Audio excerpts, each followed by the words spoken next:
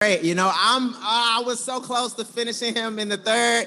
I kind of let it slip, but you know, I'm feeling great about everything I've been working. You know, I'm feeling really sharp. I feel like I fight good, and I'm very dangerous. Yeah, and your wrestling seemed to be really on point there. Yeah, for some reason, people think because I don't wrestle often that I don't have wrestling. Wrestling is always a part of my base, and it's always there, so they always got to be aware of it. If you're not aware of it, then I'm gonna take you down. And when you had him, his back there, how close did you think you were to finishing that? Man, I heard him gurgling, and I was like, oh, it's so close. He had one hand with two hands, so I couldn't get the grip loose, but I had him like super tight. I'm gonna work on the when I get back with Gerald Mearshart and Chris Wright. I'm really work on that one-handed finish. Chris showed me, but I forgot it within the fight. You were a 3-1 underdog somehow in the books. I don't know if you saw it. Did people win money on you? I know a lot of people won money. You know, everybody. Anthony Pettis called me. He said he won like 50 grand. I don't know if share. He won like 50 grand. I mean, that's what's gonna happen. You put me as the underdog. I think that was the first time in my life I was the underdog. So I was telling people, hey, bet like crazy. I know my guy Jordan Griffin probably made a bunch of money. So my supporters are happy. Yeah, absolutely, man. You made them proud. And big win for the division. I know you're coming into this fight, you thought this would be a number 1 contender fight. Yeah. Still feeling that way coming out of it, obviously? Yeah, I definitely feel like this is the number 1 contender spot. I feel like I have to claim now to say I'm the best in the world. This guy beat Peter Yan, who I still regard as like the champion of the UFC. He went 1-1 with this guy, and I've kind of dismantled Magomed, so I feel like I'm the best in the world. You know, no matter promotion, no matter where, I'm the best bantamweight in the world. Raufeon, congratulations. That was a spectacular win. I know you just talked about wrestling. I want to go back to your wrestling for a second. You mentioned it, you're 2-time NCAA champion. We kept hearing about, his Sambo, his wrestling. I was blown away. At one point in the second round, I think you did a high hip over, which is incredible. You hit an ankle pick in the third round. And that's the other thing. So when I wrestled, I was a takedown machine. Like I would take people down, let them up. So when people are like doubting my wrestling, they don't really know. But this fight was perfect for that, you know? Like I told you, I was gonna give you the game plan on how to beat Dagestani fighters. And I'm just not a wrestler. I'm a mixed martial artist. So, okay, you take me down. I'm very comfortable being on my back. I'm very comfortable in grappling exchanges. So I'm very comfortable fighting. So I'm gonna be the best. I'm the best bantamweight in the world, and that's because I'm good everywhere. So let me ask you this. You said that a lot of people don't know about your wrestling because you don't use it.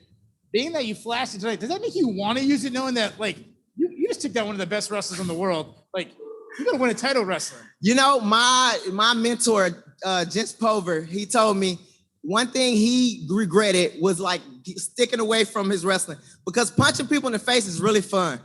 Standing is super fun. Grappling, since I've been grappling so long, it kind of got boring to me. It was fun learning new stuff. But I will never forget wrestling. Wrestling has changed my life. I will always be a wrestler at heart. I will always be that. So so I'll always mix it up, but wrestling is always there. Thank you. Reporting in live with Raufeon Stots. Raufeon, congrats on the win. How does the win feel? Man, the win feels really good. It feels like I got a lot of validation. I tell myself, I self-motivate myself a lot about how good I am, But wins like these against somebody who's regarded as one of the best in the world, it means a lot to me for myself, Inside, it does a lot for my confidence, does a lot for my kind of demeanor, everything. So this is huge for me. With that title fight with Sergio Pettis, do you think it should be in Milwaukee? Man, that'd be dope if it was in Milwaukee. Milwaukee is my home. It's my home away from home.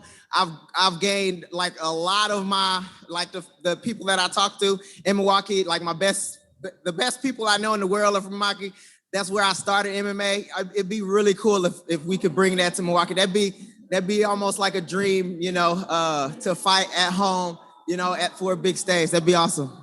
Raufeon, what a super showcase against the dangerous Dagestani. Listen, a lot of you guys were the top 2 contenders in the division, right? Is it guaranteed to say that the title fight is next? Man, I'm really hoping for a bantamweight tournament. It's up to Bellator what Bellator wants to do, but I feel like we have a lot of firepower in the bantamweight division. So I would love a tournament. On the plus side of that, I get to train with Sergio a little longer, and I get to, like bit better. The crazy thing about this is me and Sergio have been training so long, and we complement each other. So I've learned so much from Sergio, and Sergio would say the same. He learned so much, so I don't want to stop learning from Sergio. To have to fight him because I want to be the best martial artist I can. I understand if that's what they want to do, but I would love a bantamweight tournament. If they did go for a fight with you and Sergio, how does that work out? Because it affected Sanford. Like Kamaru Usman left Sanford when he had to fight Gilbert. Are you guys both going to still train the same place if you got to fight each other? So me and Sergio, I feel like have been like, it's like out of sight, out of mind. Like until it happens, we are still, we're going to be boys no matter what, but we haven't even talked about it. Me and my coaches, we ain't even talked about it because we were focused on this matchup. So I have no idea. I would love to train at Rufus Sport. I'm sure Sergio would love to train at Rufus Sport. So maybe we just spar every other. I don't know. I don't know what we're going to do, but we'll figure it out probably. Let's say they go with somebody higher in the rankings, Patchy Mix or Juan Archuleta. Out of those two, whoever doesn't maybe get the title shot, do you have a preference? Would you like Patchy? Would you like Juan? Now I fight. And this is what's great about this Magomed fight. Nobody really wanted to fight Magomed. Nobody really wanted to fight me. So I've literally been calling out all these guys: Patchy Mix, Juan Archuleta, James Gallagher. I don't feel like these guys are at my level, and I think they know that, and that's why they haven't been agreeing to fight me. But after a win like Magomed, now I'm forced. You're forced to deal with me. You're gonna have to be forced. And everybody in the top 10, I want to fight, aside from Sergio. But everybody in the top 10, I want to fight. All right, Raufeon, that was the last one, man. Congrats on the win. Recording stopped.